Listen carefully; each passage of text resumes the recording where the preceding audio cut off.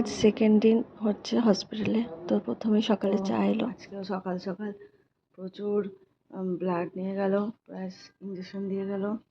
আজকে রাখি পূর্ণিমা, সবাইকে খুব খুব খুব মিস করছি। আজকে অনেক রাখি পরানোর কথা ছিল, একটু খাওয়া দাওয়া করানোর কথা ছিল, সেগুলো হলো না। সবাইকে খুব মিস করছি, এবছর হলো না।